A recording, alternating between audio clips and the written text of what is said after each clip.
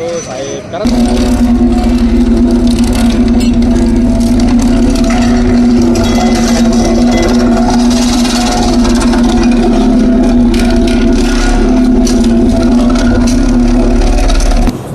जागतिक श्रवण दिन हा 3 तारखेला होता आणि याच्यामध्ये ज्या बुलेट्स आणि सायलेन्सर मॉडिफाय करून गाड्या चालवतात याच्यावरती माननीय पोलीस आयुक्त पुणे शहर यांच्या मार्गदर्शनाखाली आमचे DCP ट्रॅफिक आणि त्यांच्या टीमनी मोठी कारवाई केली आहे आणि साधारण 2822 अशी वाहनं आहेत की जे हे करणं कर्कश असे हॉर्न आणि सायलेन्सर्स वापरून गाड्या चालवत होते.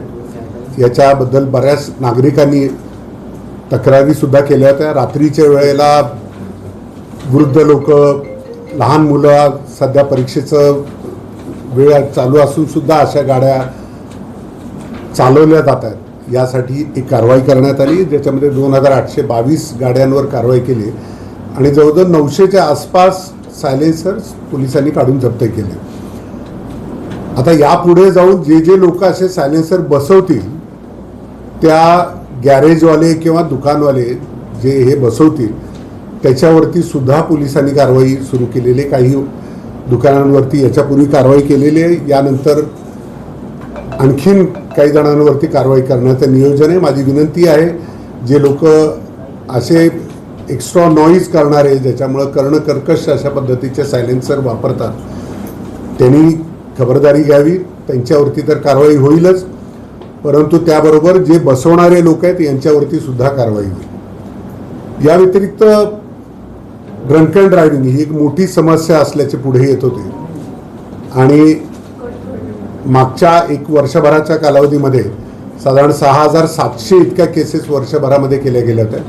यावर्षी ड्रंक अँड ड्रायव्हिंगवरती मेजर कारवाई करण्याचं पोलिसांचं धोरण आहे. काल एका दिवसात 455 मद्यपी वाहन चालक यांना पोलिसांनी पकडलं, त्यांच्यावरती कारवाई केली. आज त्या सर्वांना समुपदेशनासाठी वाहतूक शाखेमध्ये बोलवलेलं आहे आणि माननीय न्यायालयासमोर यांचे खटले जाणार आहेत. विशेष म्हणजे मागच्या वर्षी पहिल्या 2 महिन्यामध्ये साधारण 797 इतक्या मद्यपी वाहन चालकांवर कारवाई करण्यात आली होती. यावर्षी पोलिसांनी अधिक प्रयत्न करून जवळजवळ 2550 इतक्या मद्यपी वाहन चालकांच्या विरुद्ध कारवाई केलेली आहे. आम्ही न्यायालयाला विनंती करणार आहे की कृपया यांना जेलची सुद्धा शिक्षा द्या. जसं मागच्या वर्षी 2 जणांना जेलची हवा खायला लागली ती तशी आता यावर्षी सुद्धा लागणार आहे. लायसन्स कॅन्सलेशन आणि इतर जे काही कारवाई आहे ती सुद्धा होणार आहे आणि या सगळ्या केसेस कोर्टासमोर जाणार, माननीय न्यायालयासमोर जाणार आहेत आणि त्या माध्यमातून अपघात कमी करणे हा एक मेजर इश्यू जो पुणे शहरामध्ये होता त्यासाठी पोलीस आयुक्त सरांच्या मार्गदर्शनाखाली आम्ही प्रयत्न करतो आहे. आपल्याला विशेष सांगायचं आहे की 2024मध्ये साधारण 300 लोकांचा मृत्यू पुणे शहरात झाला होता.